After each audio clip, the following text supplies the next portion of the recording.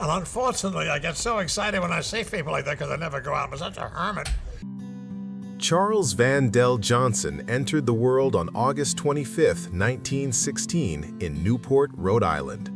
Rising from humble origins, he would transform into a significant commercial draw at Metro-Goldwyn-Mayer, representing youthful hopefulness during a period when the nation craved such inspiration. His existence and professional journey mirrored not merely the splendor of vintage Hollywood, but equally the fragility, strength, and understated bravery of an individual who weathered private tribulations beneath the surface while persistently offering audiences comfort and inspiration. Johnson's formative years were characterized by adversity and resolve. Following his father's passing, he was predominantly nurtured by his mother, Loretta Snyder, who supported his passion for entertainment. During his adolescent years, Johnson gravitated toward dramatic arts and musical expression, cultivating an enthusiasm for performance that would determine his trajectory.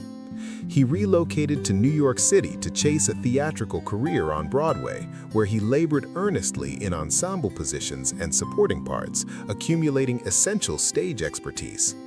These initial years lacked glamour. They were distinguished by extended working hours, unpredictability, and monetary hardship. Nevertheless, Johnson's tenacity proved fruitful when Hollywood talent seekers observed his youthful, attractive features and innate stage charisma. Johnson's shift to cinematic stardom materialized after securing a contract with MGM, the production house that would shape his professional path.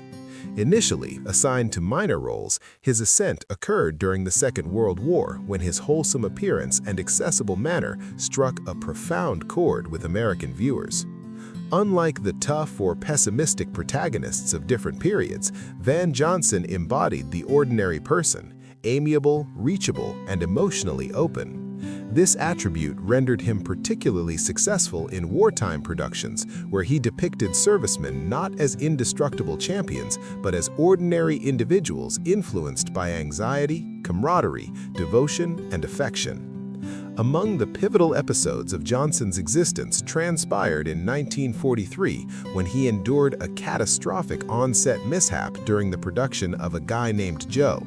A collapsing camera apparatus struck his skull, inflicting serious injuries that almost terminated his profession and his existence. Medical professionals worried he might not pull through, and his convalescence was protracted and agonizing. The incident left lasting marks and necessitated metallic implants to be inserted into his cranium. Astonishingly, rather than reducing his attractiveness, the public's consciousness of his trauma intensified their fondness for him. Johnson emerged back on screen, altered not solely physically, but psychologically, contributing enhanced dimension and delicacy to his acting work.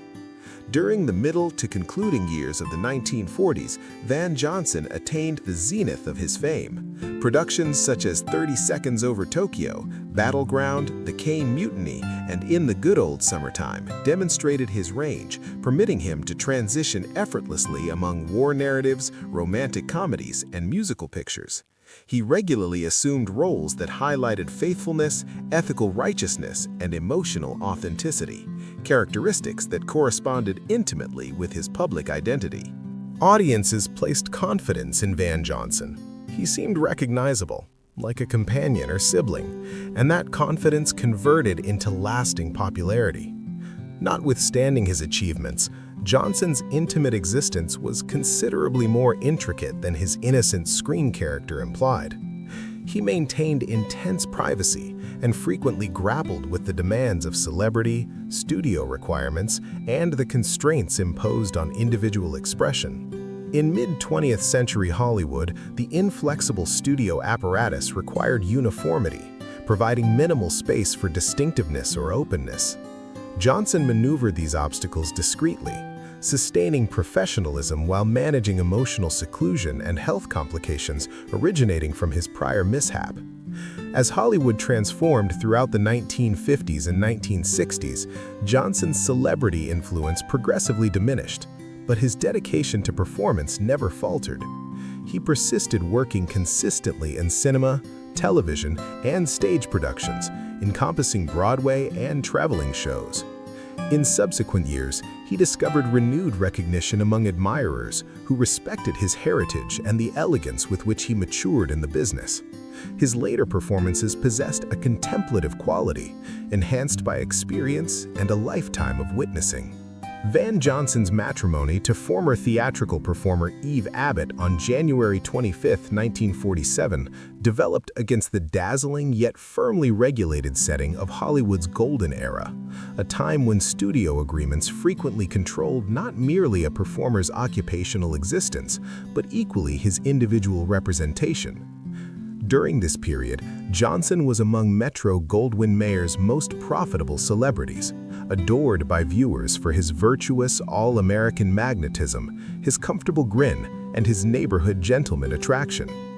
MGM had committed substantially to nurturing that representation, and his wedding to Eve Abbott received extensive publicity as a storybook alliance that appeared to validate everything enthusiasts presumed about him: that he was the perfect romantic principal actor, establishing domestic happiness at the summit of his prominence. Eve Abbott herself was familiar with the entertainment realm. A former theatrical actress, she displayed refinement, intellect, and an awareness of the public examination that accompanied existence in entertainment business. Their union created one child, a daughter designated Skylar, who became the emotional foundation of Johnson's family existence. According to numerous reports, Van was a committed father, profoundly caring and watchful of his daughter. Associates and colleagues subsequently remembered that regardless of what complexities persisted in his marriage, his affection for Skylar was authentic and lasting, and he valued being available for her in a manner that distinguished itself from the frequently unavailable fathers typical in Hollywood during that time. Through his marriage to Eve, Johnson additionally became a stepfather to her two sons from an earlier relationship, Edmund Keenan and Tracy Keenan Wynn. Tracy specifically would subsequently establish a prosperous profession as a screenplay writer, participating in productions such as The Longest Yard. Van's position as a stepfather incorporated another dimension to his domestic character, one that strengthened his public representation as a family individual. While the interactions within the residence weren't invariably harmonious, Johnson purportedly made genuine attempts to be encouraging and engaged, managing the difficulties of merging families while experiencing perpetual public scrutiny. Notwithstanding the refined facade displayed to the world, the marriage commenced straining under tensions both intimate and occupational. By 1961, Van Johnson and Eve Abbott had separated, indicating the silent disintegration of a partnership that had endured more than 10 years. The separation wasn't promptly succeeded by divorce, mirroring both the societal practices of the period and the intricacies of their circumstances. It wasn't until 1968, 7 years afterward, that the marriage was officially terminated. By that juncture, Johnson's celebrity had faded from its pinnacle. The rigid studio arrangement that previously governed every facet of his existence had predominantly dissolved, permitting greater candor, though still restricted, regarding personal realities. In the years succeeding their separation and divorce, Eve Abbott produced declarations that presented their marriage in a considerably more complicated illumination. According to Eve, Van Johnson was gay, and she maintained that their marriage had been constructed by MGM as a so-called lavender marriage, a partnership conceived to display a heterosexual appearance and suppress speculation about Johnson's sexual orientation. Such arrangements were not unusual in mid-20th century Hollywood, where professions could be demolished by even a suggestion of homosexuality. Production companies pursued extensive measures to shield their celebrities from controversy, frequently promoting or orchestrating marriages that would comfort the public and maintain commercial attractiveness. For decades, Van Johnson was marketed as the incarnation of virtuous all-American masculinity, with his boyish grin, crimson hair, and welcoming appeal. MGM meticulously constructed his public character as the perfect romantic principal performer. Yet, beyond the studio-fabricated illusion, Johnson subsequently suggested a far more elaborate personal existence, one determined by confidentiality, encoded relationships, and silent defiance against Hollywood's stringent moral anticipations. In uncommon private dialogues late in existence, Johnson purportedly recognized that he had romantic partnerships with other men during the golden period of Hollywood, identifying particular performers he dated while existing under the perpetual pressure of studio monitoring. "I didn't possess the privilege of being truthful," Johnson once confessed. "In those days, truthfulness could demolish everything you labored for." Hollywood throughout the 1940s and 1950s was controlled by severe morality provisions, and homosexuality was regarded as disgraceful, perilous, and career-destroying for celebrities under agreement. Being transparently gay was simply not viable. Johnson comprehended this circumstance better than most. At the height of his prominence, he was among MGM's most precious assets, and the studio meticulously observed his social existence, friendships, and romantic presentations. Among the men Johnson reportedly referenced was performer Montgomery Clift, another MGM celebrity whose delicate screen character concealed profound personal anguish. According to reports attributed to Johnson, the two men experienced a discreet, emotionally powerful relationship that existed wholly away from public perspective. Monty was distinctive, Johnson supposedly stated. He experienced everything intensely, and that rendered him hazardous to himself and magnetic to others. Their bond, according to subsequent biographers, was established in reciprocal comprehension. Both men were confined by expectations they could never completely satisfy. Johnson additionally supposedly discussed Tab Hunter, a younger performer who ascended to prominence in the 1950s and subsequently acknowledged his own homosexuality. While Hunter would eventually exist transparently, during his initial career, he was compelled into studio-orchestrated romances constructed to preserve a heterosexual representation.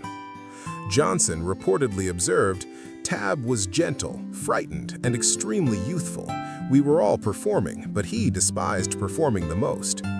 Their relationship, if it transpired, would have been temporary and meticulously concealed, influenced by apprehension more than liberation. Another designation frequently connected with Johnson in historical conjecture is Rock Hudson, perhaps the most celebrated illustration of Hollywood's imposed secrecy. Though no conclusive proof exists of a romantic partnership between the two, Johnson reportedly admitted that numerous performers in his environment experienced comparable hidden existences. Rock comprehended the regulations better than anyone, Johnson is reported to have noted. "You grinned, you accompanied who they instructed you to accompany, and you never faltered." Whether companions, confidants, or something beyond, Johnson and Hudson were components of an implicit brotherhood, connected by silence. Johnson stressed that these partnerships were not superficial encounters, but emotional support systems in an industry that required rejection. "We weren't concealing for excitement," he clarified. "We were attempting to endure without surrendering ourselves entirely." Confidentiality became instinctive. Encounters coordinated through reliable intermediaries, discussions conducted in private residences, and an omnipresent anxiety of revelation. His marriage to Eve Abbott in 1947 has frequently been referenced as component of MGM's representation administration approach, and Johnson himself subsequently recognized the manufactured character of numerous Hollywood marriages. "Some individuals married for affection," he stated. "Others married for security. Occasionally it was both, but frequently it was neither." In his subsequent years, Johnson appeared less concerned with controversy than with historical truthfulness. "I don't lament the affection," he contemplated. "I lament the anxiety." He maintained that the public deserved to comprehend how numerous existences were influenced and restricted by Hollywood's inflexible standards. Today, Van Johnson's heritage is frequently perceived through a more comprehensive, more understanding perspective. His narrative stands as a reminder that beyond the glamorous appearance of old Hollywood existed genuine individuals compelled to fragment their identities in order to prosper. By discreetly recognizing the men he cherished in secrecy, Johnson reclaimed a portion of himself long refused by the era that transformed him into a celebrity. "We were present," he stated plainly. "We just weren't permitted to be visible." By the early 1990s, following a profession that had encompassed decades and left an impermanent impression on Hollywood's golden period, Johnson discreetly withdrew from the limelight permanently. Having contributed so much of his existence to the screen, he selected to allocate his subsequent years in comparative seclusion, distant from the cameras and studio promotion apparatus that previously characterized his daily existence. He established residence in a penthouse at 405 East 54th Street on Manhattan's East Side, a dwelling that mirrored both the refinement and isolation of an individual who had experienced an exceptional public existence and now favored tranquil, recognizable environments. There, encompassed by the cadences of New York City rather than the manufactured illumination of Hollywood productions, Johnson existed quietly, predominantly beyond public observation, satisfied with recollections of a noteworthy past. As time progressed and his health deteriorated, Johnson executed the relocation to Tappan Zee Manor, an assisted living establishment in Nyack, New York, where he could obtain the care and assistance he needed. Even in this concluding chapter, he remained a figure of silent dignity, recognized to those surrounding him as a courteous presence whose legendary status contrasted gently with his humble, unpretentious daily existence. On December 12, 2008, Johnson departed at the age of 92, concluding an existence that had observed and contributed to shaping nearly a century of entertainment chronicle. His remains were cremated, designating a straightforward and modest farewell for an individual who had previously stood among the most luminous celebrities of classic Hollywood, remembered not solely for his prominence, but for the persistent heritage of a vanished epoch he so distinctly embodied.